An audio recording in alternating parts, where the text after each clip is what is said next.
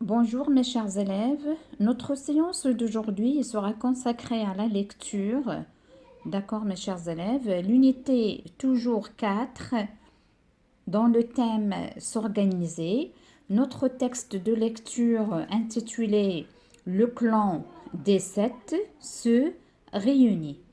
Alors mes chers élèves, je vais vous demander d'ouvrir vos manuels à la page 42, manuel Coquelicot CM1. Et regardez bien le titre ainsi que cette illustration et vous pouvez me répondre à ces questions qui sont déjà écrites en haut de votre page de vos manuels. Où se passe l'histoire? Que signifie pour toi le titre Le clan des sept? Alors, le clan des sept, c'est le titre. Alors, regardez, il y a le verbe se réunir. C'est quoi le verbe se réunir? C'est-à-dire se regrouper. C'est un verbe de deuxième groupe, réunir, mais il est précédé par ce. Et ce, c'est un pronom réfléchi, c'est un verbe pronominal, mais ce n'est pas notre leçon de conjugaison, mais à titre indicatif uniquement. Alors, le clan des sept, 7, c'est-à-dire le chiffre 7, hein, d'accord? Donc, c'est un groupe composé de 7 membres ou bien de 7 enfants qui vont se réunir. Alors, ici, où se passe la scène? Regardez, c'est une fille avec un garçon, hein. Ils sont autour d'une table avec une lampe là-dessus. Ça se voit qu'ils sont chez eux à la maison. Ils travaillent tranquilles. D'accord, il y a le livre, c'est-à-dire il y a un parmi eux qui était en train de faire ses devoirs. Mais regardez, ces papiers, ils ont la même forme, la même structure. C'est-à-dire, c'est une rédaction, hein, les points d'interrogation, on va voir qu'est-ce que c'est par la suite. Il y a ici un pot à stylo. Et qu'est-ce qu'il est écrit ici? C7. C7, c'est-à-dire clan, hein, 7. Regardez ici, hein, c'est-à-dire ça fait penser, hein, il pense, hein, ça veut dire penser à une petite maison en bois. C'est une petite maison en bois qu'on appelle hein, une cabane.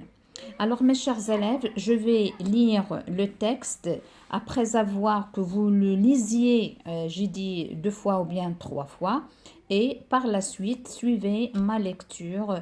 Alors je vous demande de bien respecter la lecture, de bien prononcer, de faire attention à la ponctuation, à l'intonation et aussi aux liaisons. Je vais faire ma première lecture.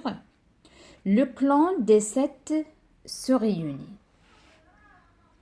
On devrait convoquer les membres du clan des sept, propose Pierre, Dufour à sa sœur Jeannette. Ça fait une éternité qu'on ne s'est pas réunis. C'est vrai, approuve Jeannette, qui se dépêche de fermer son livre. Il ne faut pas oublier notre société secrète. Seulement, on a eu tellement de choses à faire pendant ces vacances de Noël qu'on n'a pas eu le temps de voir nos amis. Il faut absolument qu'on se réunisse, reprend Pierre.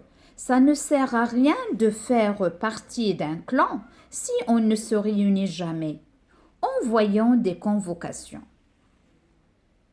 5 lettres à écrire? Questionne Jeannette. Tu écris plus vite que moi. Tu en feras 3, moi 2, ça me suffit. Qu'est-ce qu'il faut dire? Demande Pierre qui a pris une feuille de papier et mordit le bout de son stylo en cherchant l'inspiration. Comme d'habitude, conseille Jeannette, qu'on les attendra dans la cabane à outils au fond du jardin. Je me charge de la première convocation. Tu n'auras qu'à la recopier. Alors, il en faut une pour Colin, une pour Jacques, une pour Pam, une pour Babette. Et le septième? C'est Georges, complète Jeannette. Pam, Colin, Jacques, Babette, Georges. Toi et moi, ça fait bien 7.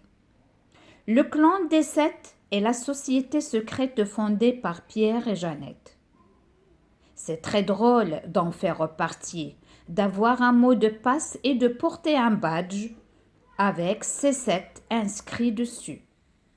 Voilà, déclare Pierre en tendant à sa sœur la feuille du papier. Tu n'as qu'à copier. Je n'ai pas besoin de trop m'appliquer, hein? Demande Jeannette. J'écris tellement lentement quand je m'applique. Il suffit que ce soit lisible, assure Pierre. Jeannette lit ce que son frère a écrit. Urgent.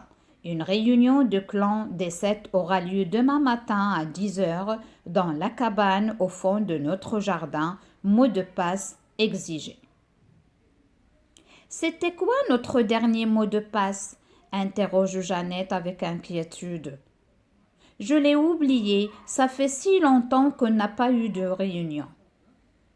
Heureusement que je suis là pour te le rappeler, réplique Pierre avec un sourire en coin. Alors, mes chers élèves, je vous demande de bien observer la forme du texte et vous allez me dire pourquoi y a-t-il des tirets au début de chaque phrase ou bien au début des phrases. Alors, mes chers élèves, ces tirets au début des phrases indiquent bien qu'il s'agit d'un dialogue. Alors, et qu'est-ce que ça veut dire un dialogue? Un dialogue, c'est une conversation entre deux personnages au plus. C'est un échange de discussion entre des personnes ou bien entre personnages. Qui sont les personnages qui dialoguent? Alors, ce sont Pierre et sa sœur Jeannette qui sont en communication. Les deux, ils se communiquent. Qu'est-ce qu'ils sont en train de faire? Ils sont en train d'écrire des convocations pour se réunir le clan des 7. D'accord? Qui est l'auteur de cette histoire? Alors, l'auteur de l'histoire, toujours il faut chercher en bas du texte. D'accord? Alors, l'auteur du texte, c'est Enid Blyton. D'où ce texte est-il extrait? Alors, ce texte, il est extrait du roman intitulé Le clan des 7 et les bonhommes de neige. Et quelle est la maison d'édition? La maison d'édition, c'est Hachette Jeunesse. Alors, mes chers élèves, je vais vous laisser pour lire et bien comprendre ce texte. Et par la suite, vous allez répondre aux questions de compréhension et on va se rencontrer dans la prochaine vidéo pour corriger les questions de compréhension et pour un peu plus de détails. À la prochaine. Merci.